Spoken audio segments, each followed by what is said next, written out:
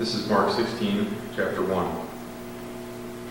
And when the Sabbath was past, Mary Magdalene and Mary, mother of James, and Salome had bought sweet spices that they might come and anoint him. And were very early in the morning, the first day of the week, they came into the sepulchre, and the rising of the sun, and they said among themselves, Who shall roll away the stone from the door of the sepulchre? And when they looked, they saw that the stone was rolled away, for it was very great. And entering into the sepulchre, they saw a young man sitting on the right side, clothed in a long white garment, and they were frightened. And he saith unto them, Be not affrighted. Ye seek Jesus of Nazareth, which was crucified. He is risen. He is not here. Behold the place where they laid him. Rabbi, can I help you with that story? Yes.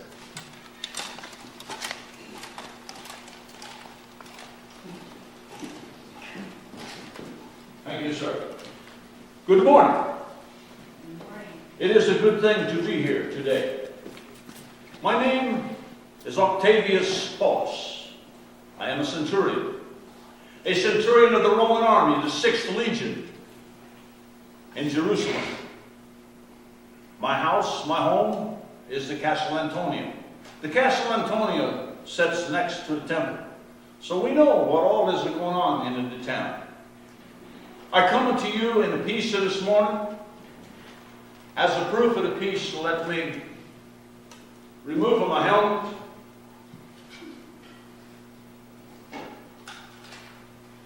And I put my sword away.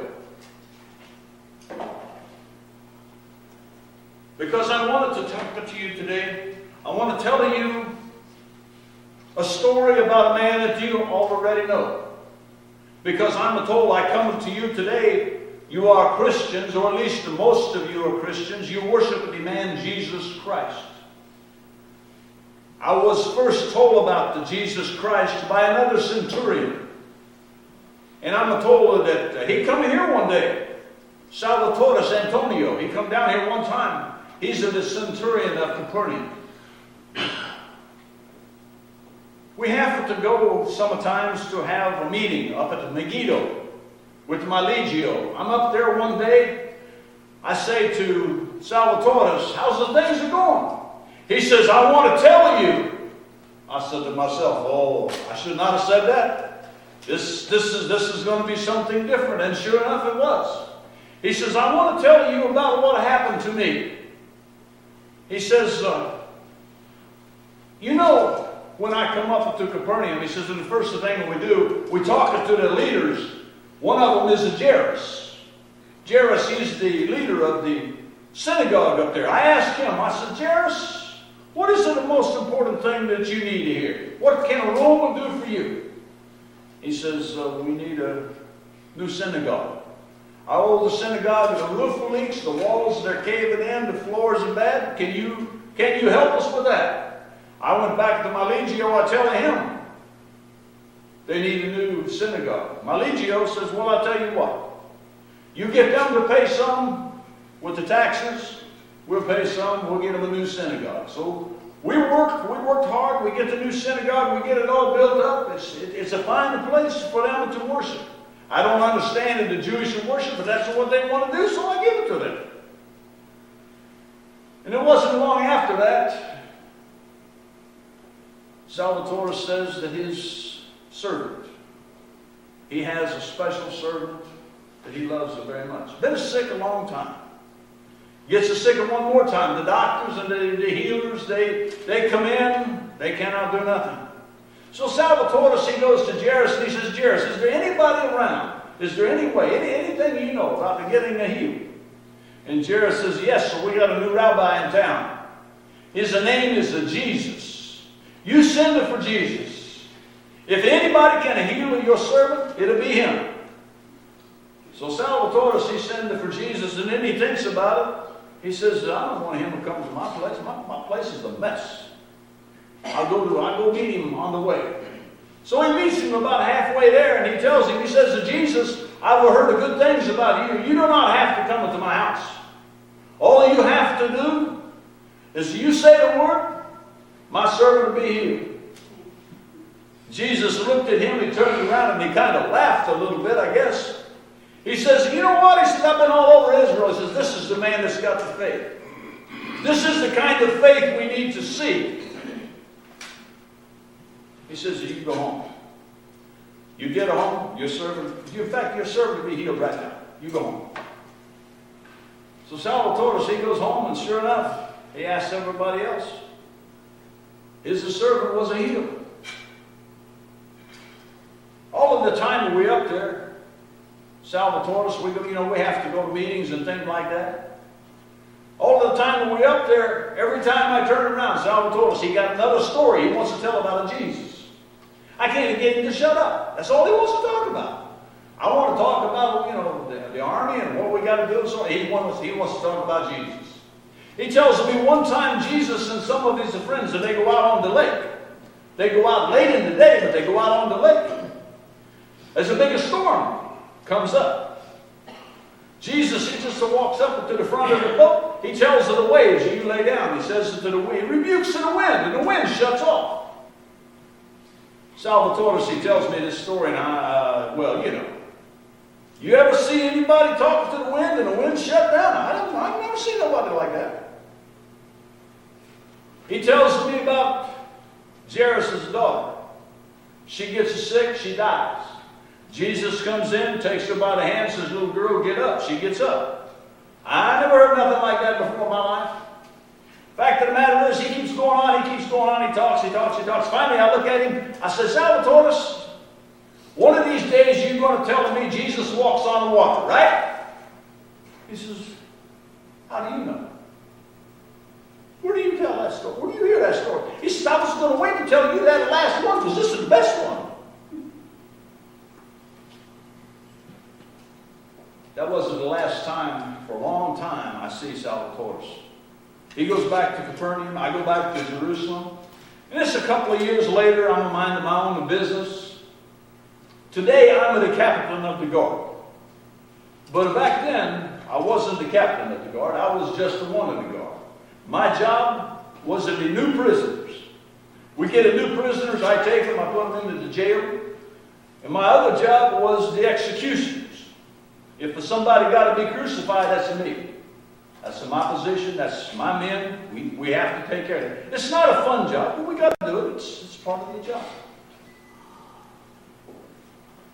Passovers are coming up. We're always careful when the Jews have a holiday. When they have one of their holy days, sometimes stuff happens. So we're careful. We're watching. Sure enough, it's a Passover night. Somebody comes down, wakes me up. It's still dark outside. What do you want? Pilate wants to talk to you. He's the guy to prison. Wants you to take it. So I get my man, and we go up, we see Pilate. There's a man there. Pilate, he's on his judgment seat. But the high priest and all of the Jews, they don't come into the praetorium. They stay outside of the wall. I asked somebody, why do they stay outside of the wall? Why don't they come in? It's the Passover. They come in, they can't eat at the Passover. Okay, no problem. So they're making all of these accusations against this man. Pilate, he says, I don't find nothing wrong with him. Then the Pilate, he finds out this man don't belong to him, belongs to Herod. So he looks at me and he says, you take him to Herod. Let Herod judge it. So we take him up to Herod's palace. When we get there, we tell Herod, we got a man called Jesus. He's from up at your place. He says, well, I want to talk to him. I'd like to see him. We take him inside. Herod talking to him. You know what's funny? He don't say nothing. Jesus, he just looks at him. He don't say nothing. Herod, he asks him a question. He don't answer. Herod screams at him. He don't answer. Herod begs him. He don't answer. Pretty soon Herod says, get him out of here. Take him back to Pilate. So I asked Pilate, ask Herod, what is the judgment? He said, I ain't making no judgment. You take him back to Pilate. Pilate make the judgment. Pontius Pilate. He's in the officer here. So we take him back. Pilate did not want to do this. Pilate, his wife, we're there. His wife comes over, tells him, you don't have nothing to do with this. But Pilate, the people, they talk to him, they holler at him. Pretty soon he makes a decision. He turns around to me and says, crucify him. But you scourge him first. Perhaps there's something that he needs to confess with you. You take him out, you scourge him, you crucify him. And by the way, go get 2 more, maybe 3 more. We don't want just the one man up there today. Makes it look bad. You take 2, 3 more up there. So I go get 2 more prisoners. They had a couple of thieves down there. These guys, if they steal anything, you lay it down, they steal it. They've been in the jail for a long time. They stink. It's the time to get them out. We pick them out, take them up. All 3 of them, we take them up on the hill. We get up onto the hill. We get them all onto the cross. We get the crosses into the ground. You know a funny thing that happened?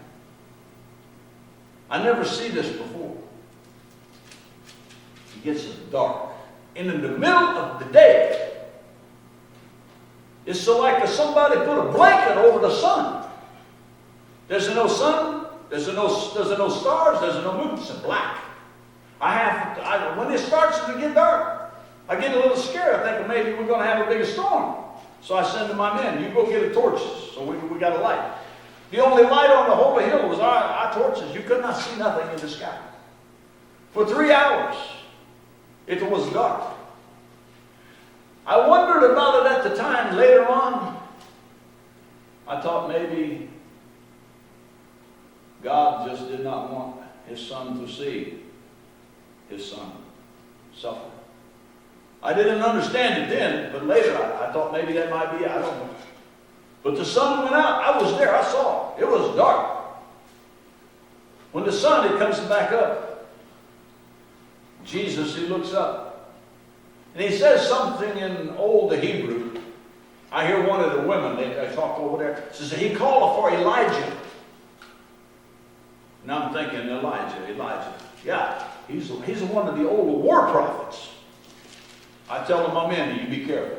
I don't know what's going to happen. Maybe this Elijah come. I don't know. You be careful. Nothing happens. A little bit later, we're waiting. Because, once you get them on the cross for crucifixion, the only thing you have to do is you just wait. They die sometime. Sometimes it takes 2-3 days. Sometimes they die pretty quick. But that's all you can do. We get down at the foot of the crosses. We get their stuff together. The thieves, the things that they had, their clothes, they're dirty. They've been down in the dungeon. We just throw them away. But now Jesus, he had a nicer pair of sandals. He had a nicer belt. Had a nice headgear. And he had a really nice robe. So my men, they part them out. But there's one garment. It's woven from the top up to the bottom. It's expensive, a garment. And then they argue a little bit about who's against it. They ask me if I want it. I said, too small for me. You guys, you figure it out. So they cast the lots, and one of them gets it. He puts it over there with his shield. Puts it over there with his spear. We sit and we wait. Pretty soon I look up to Jesus. He looks at me. And I'm thinking, I should be thinking something else about this, but I don't know what it might be. About that time, he looks up into the sky and he says, Father, forgive them, for they don't know what they do. Then he looks back at me. When he looks back at me,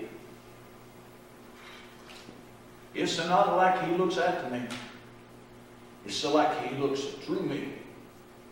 Like he's searching my very soul to see if there's anything in there. He looks away. A few minutes later, he looks up. He says, "It is finished." And then he dropped his head. And I'm thinking to myself, yes, he's dead. Pretty soon, the messenger comes from the Pilate.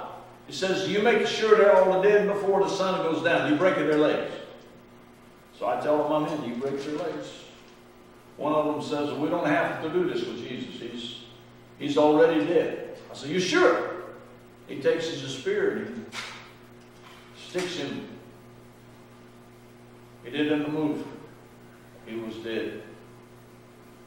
A little bit later, the families, they come when the thieves die. The families, they're standing up there. They come, they take the bodies of the thieves.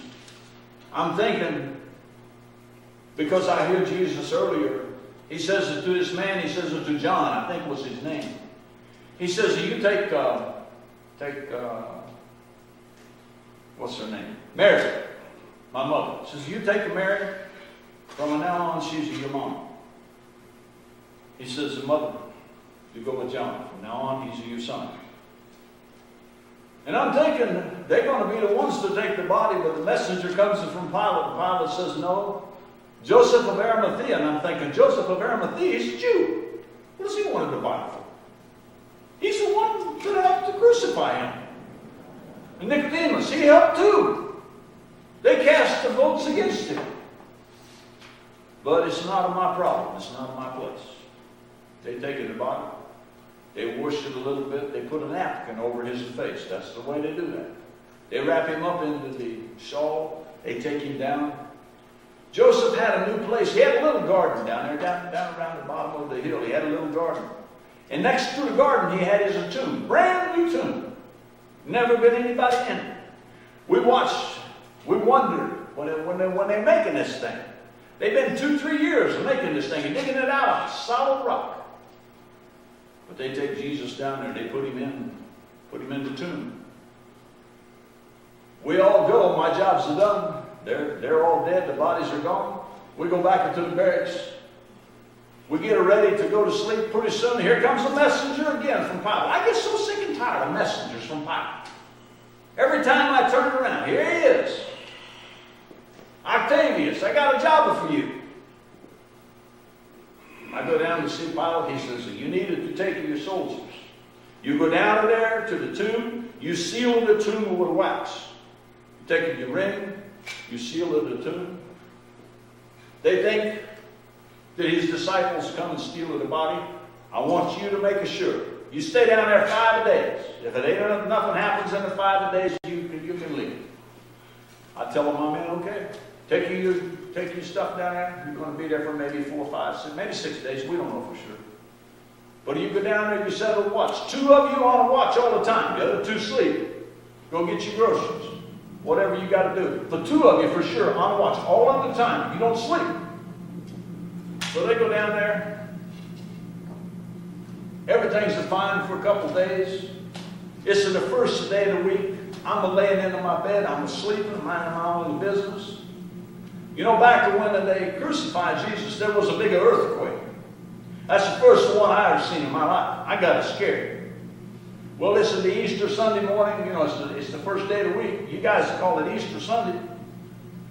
I'm into my bed, I'm minding my own business. Here comes another earthquake. I thought, what in this world's going on? So I go down to check on my men. They're all sitting there like they're dead. Here, wait. But they ain't looking good. I asked them, I said, what's going on? What's the matter? They said that there was an earthquake.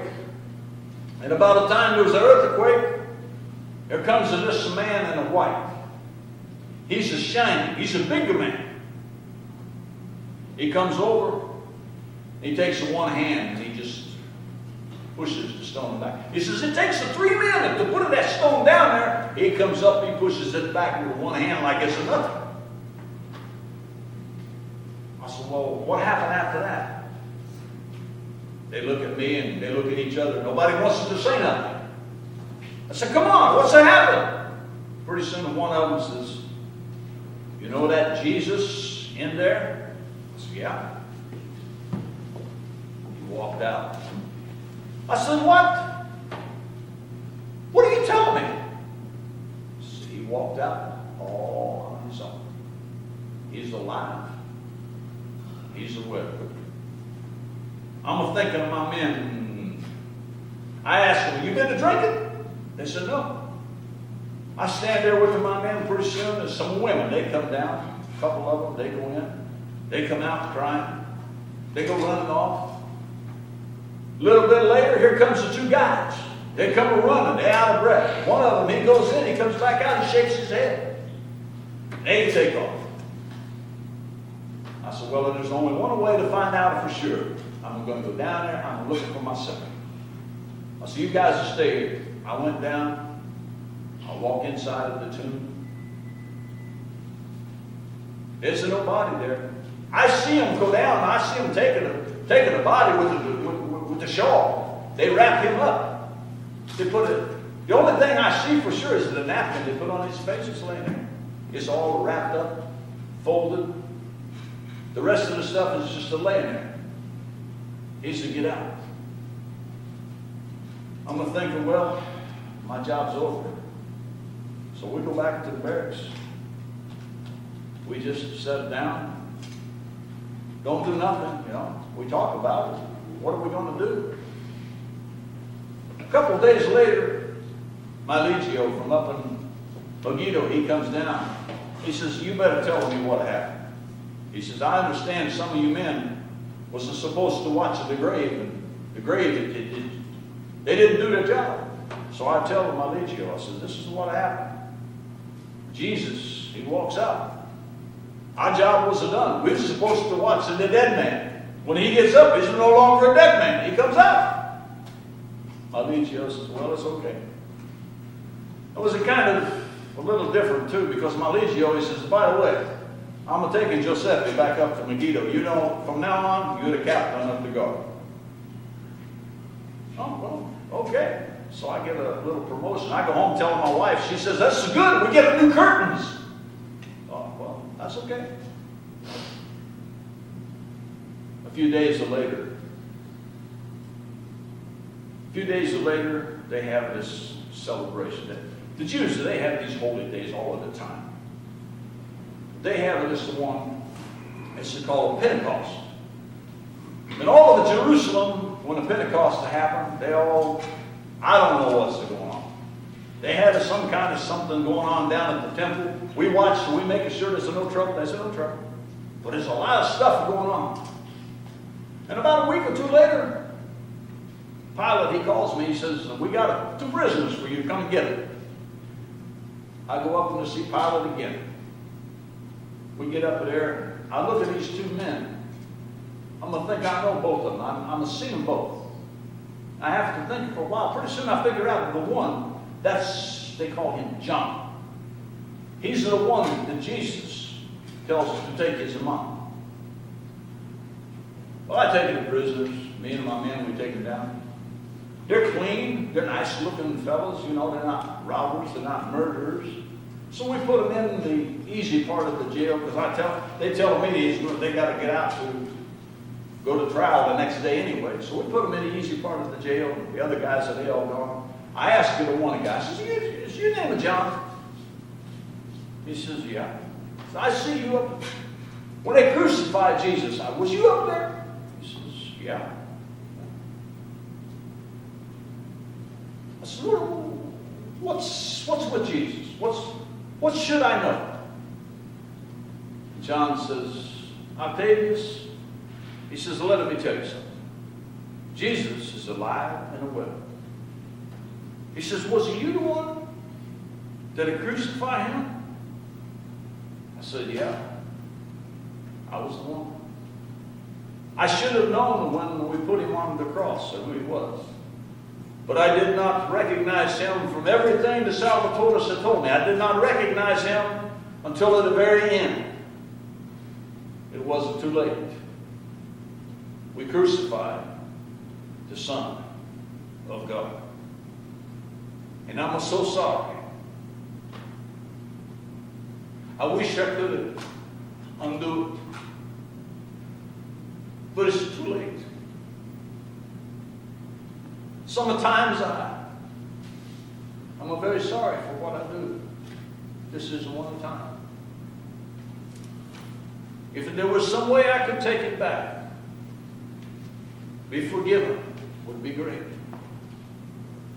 John, he looks at me and he says, take my hand. I said, what for? He says, you take my hand. Take Peter's hand with your other. So I stand there, I'm holding the Peter's hand, I'm holding the John's hand. John, he looks up and he says to Jesus, Jesus, would you forgive this man? He looks at me and he says, all you got to do is you repent.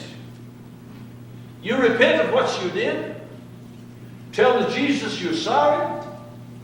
He will forgive you. And I said, no, it's not possible. I've done it too much. He says, he forgive you. You ask him. So I take him by the hand and I ask him, Jesus, you forgive me. And all of a sudden, the tears, they flow. My heart is warm. I'm a know. I'm a forgive. I'm a know what I've done was wrong, but now it is erased. It is forgiven. No matter how bad it was. And I go back and, I tell my soldiers the same thing. I am forgiven. And this morning, as pastor of the church, let me ask you, are you forgiven? Stand.